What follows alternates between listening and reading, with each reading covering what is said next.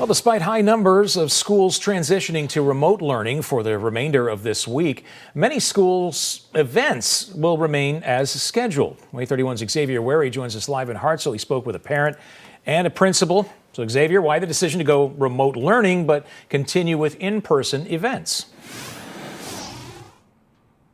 Well, Dan, that decision to go to remote learning is primarily due to staff shortages, but school leaders say, you know what, continuing with events such as sports, well, that's important because it helps keep a level of normalcy for the kids.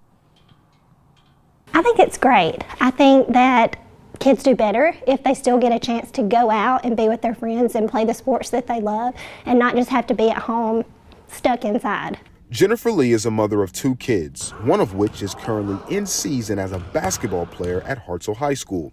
She says her son, being a social butterfly, doesn't prefer being at home learning remotely, but is glad to still at least have basketball.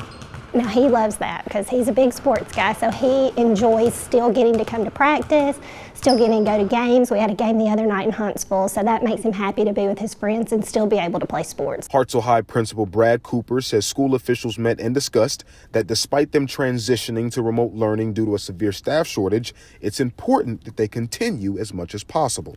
We need to continue what normalcy that we can.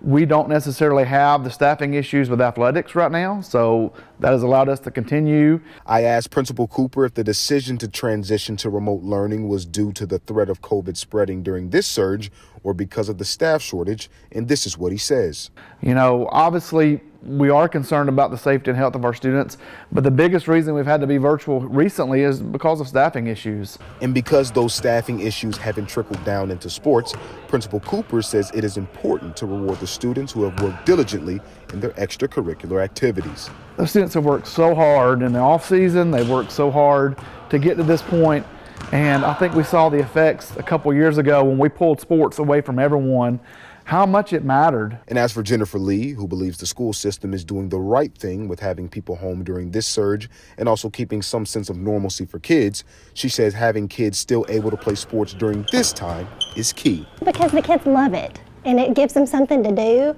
and I just think it's important.